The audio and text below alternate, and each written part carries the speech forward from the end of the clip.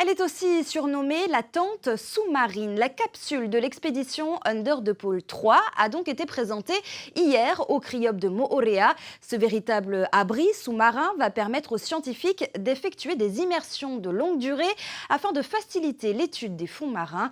Initiée il y a 3 ans à Concarneau, la capsule a opéré sa première mission hier au large de l'île Sœur.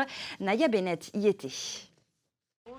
2 mètres de long, 1,50 m de diamètre avec au fond un sas d'accès et 2 dômes en plexiglas à ses extrémités, la capsule fonctionne comme un scaphandre avec un recycleur d'air. Elle va permettre des immersions dans les fonds marins bien plus longues.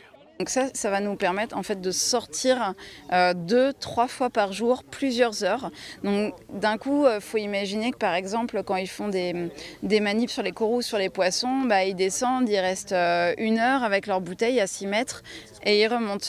Là, nous, on va pouvoir travailler 3 heures, 4 heures, plusieurs fois par jour, jusqu'à 30 mètres pour faire les manips scientifiques. Donc là, d'un coup, on a énormément de temps devant nous, et pour l'observation, et pour le prélèvement, et pour le travail sous-marin. Si la capsule permet d'accueillir 3 personnes à son bord, elle va surtout permettre aux scientifiques et autres chercheurs d'effectuer des observations plus précises. Les chercheurs du CRIOP de Moorea l'ont bien compris. Depuis 2 ans maintenant, ils travaillent avec l'expédition Under the Pole pour concrétiser ce projet. On dépend complètement des plongeurs d'Under the Pole. Donc en fait, ils vont vraiment être nos mains sous l'eau. Donc pour ça, on fait des formations avec eux. On leur explique vraiment ce qu'on veut, ce qu'il faut qu'ils fassent sous l'eau. Mais nous, on n'interviendra pas dans la capsule, on n'ira pas. C'est vraiment eux qui font le travail pour nous. Et ça aussi, c'est une préparation mentale qu'il faut avoir, de se dire on leur laisse tout faire. Et au départ, c'est pas forcément évident, mais ça marche bien. Voilà, ils nous ramènent les échantillons et après nous on s'occupe du traitement derrière et le laboratoire.